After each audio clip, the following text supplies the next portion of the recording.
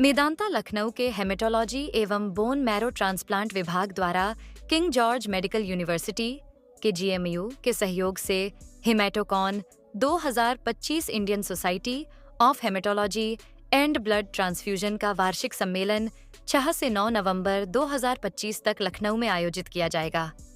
4 दिवसीय यह शैक्षणिक आयोजन हेमेटोलॉजी विशेषज्ञों के लिए एक ऐतिहासिक मंच साबित होगा, जिसमें देश विदेश से 100 से अधिक प्रख्यात विशेषज्ञ भाग लेंगे। सम्मेलन में हेमेटोलॉजी, बोन मैरो ट्रांसप्लांटेशन और सेलुलर थेरेपी के क्षेत्र में हालिया प्रगति और भविष्य की दिशाओं पर विस्तृत विचार विमर्श किया जाएगा।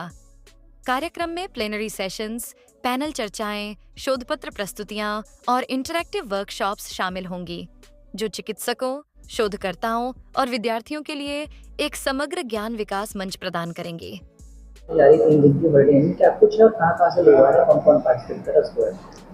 सो इस बार Indian Society of Haematology and Blood Transfusion ISHBT की 66th एनुअल कॉन्फ्रेंस हेमेटोकॉन 2025 इस बार लखनऊ में KGMU लखनऊ और मेदांता लखनऊ जॉइंट वे में ऑर्गेनाइज कर रहा है, और कुछ वर्कशॉप्स इस कॉन्फ्रेंस से रिलेटेड मेदांता में होस्ट की जा रही हैं और कुछ workshops different KGMU, Sanjay Gandhi PGI और राम मनोहर लोहिया में होस्ट की जा रही हैं।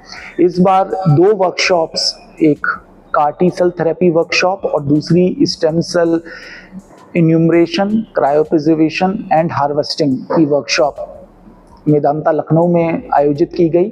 और ये वर्कशॉप का मेन उद्देश्य था कि जितने भी स्टूडेंट्स हैं, यंग फैकल्टी हैं, जिनको अपने सेंटर्स पे जाके CAR-T या बोन मैरो ट्रांसप्लांट इस्टेब्लिश करना है, तो उनके लिए ये एक ट्रेनिंग सेशन था कि वो अपने सेंटर्स पे कॉन्फिडेंस के साथ इन कॉम्प्लेक्स ट्रीटमेंट प्लान्स को ऑर्गेनाइज कर पाएँ। क्या सर इसमें यूपी से और कहीं बाहर स्टेट से और भी डॉक्टर्स वगैरह आ रहे पार्टिसिपेट कर रहे हैं? जी, इसमें around more than 100 faculties from across the country, पूरे देश से अपने अपने फील्ड के जो स्टॉलवर्ड्स हैं वो सम्मिलित होते हैं, क्योंकि ये हमारी एनुअल कॉन्फ्रेंस होती है। और साथ में विदेश से भी कई नामी फैकल्टी इस कॉन्फ्रेंस में हिस्सा ले रही हैं। सर स्टेम सेल्स क्या कह सकते हैं, ट्रांसप्लांटेशन को लेकर जो मिथ रहता है कि क्या पेशेंट को या जो डोनर होता है उसको किस प्रकार की तकलीफ होती है, कि क्या वो सेफ होता है, इसके बारे में? देखिए, जो हम लोग हार्वेस्टिंग करते हैं स्टेम सेल्स में, वो चाहे पेशेंट की करते हैं या डोनर की करते हैं, ये एब्सोल्युटली सेफ होती है। पेशेंट जब हम लोग हार्वेस्टिंग करते हैं, किसी भी प्रकार की कोई भी दिक्कत नहीं होती है। बस एक संभावना रहती है कि जो हम लोग साथ में एक एंटीकोगुलेंट देते हैं, तो हम लोग मेडिकली बोलते हैं कि कैल्शियम का चिलेशन होना, मतलब मोटे तौर से समझ लीजिए कि कैल्शियम शरीर में कम हो जाता है उस दौरान। लेकिन उसको काउंटर करने के लिए हम लोग कैल्शियम कॉन्टिन्यूसली एक तरीके से एक डोज कैलकुलेट करके उसको देते रहते हैं, तो वो भी चीज़ जो होती है वो निगेट हो जाती है। तो ये जो प्रक्रिया होती है स्टेम सेल हार्वेस्टिंग की, ये पूरी तरीके से सेफ है, इसमें कोई भी तकलीफ नहीं होती है जो स्टेम सेल दे रहा होता है। सर जो आपने प्रिवेंटिंग का तरीका बताया स्टेम सेल, तो क्या वो कारगर है? हाँ, ये जो पद्धति है प्रिजर्वेशन की, ये आज की नहीं है, काफ़ी सालों की है।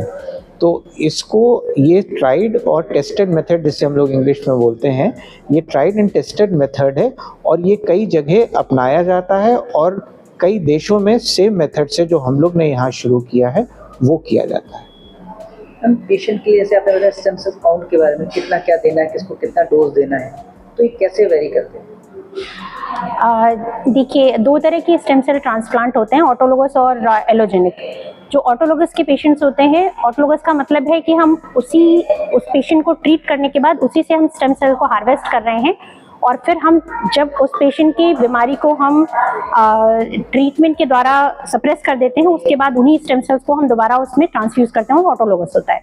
ऐसे पेशेंट में यूजुअली जो हमारा स्टेम सेल काउंट होता है वो ब्लड में जब हम हार्वेस्ट करते हैं तो थोड़ा लो काउंट में आता है। और जो एलोजेनिक ट्रांसप्लांट होते हैं उसके अंदर हम डोनर को HLA मैच डोनर हम सेलेक्ट करते हैं और उनसे हम फिर स्टेम सेल्स को हार्वेस्ट करके पेशेंट में ट्रांसफ्यूज करते हैं। उसमें यूजुअली देखा गया है कि काउंट्स उसमें बेटर होते हैं। और पेरिफेरल ब्लड में नॉर्मली स्टेम सेल्स नहीं होते हैं, तो उनको हमें पहले GCSF और एस ट्रीटमेंट्स होते हैं जिनसे दे करके उसको हम बोन मैरो से ब्लड के अंदर मोबिलाइज करते हैं और फिर हम उनको हार्वेस्ट करते हैं। तो 34 का काउंट हम पहले मोबिलाइजेशन के बाद एक बार देखते हैं हार्वेस्ट करने से पहले, और अगर वो सर्टेन नंबर में है, एक जो नंबर इंटरनेशनली प्रूवन है स्टडीज से कि इससे इनग्राफ्टमेंट या सक्सेसफुल ट्रांसप्लांट हो सकता है, तो अगर उतना हमें मोबिलाइजेशन के बाद काउंट मिलता है तो हम पेशेंट को हार्वेस्ट के लिए ले लेते हैं। और हार्वेस्ट के बाद भी हमारे पास जो फाइनल प्रोडक्ट होता है उसमें हम CD34 काउंट करते हैं, और उसके आधार पर ही पेशेंट के बॉडी वेट और जो हमने वॉल्यूम कलेक्ट किया है और हमारा जो 34 सेल्स हैं उसके आधार पर ही हम डोज कैलकुलेट करते हैं जो पेशेंट को देनी होती है। चैनल देश पर दिन न्यूज़ को बेल आइकन दबाकर सब्सक्राइब, लाइक और शेयर जरूर करें।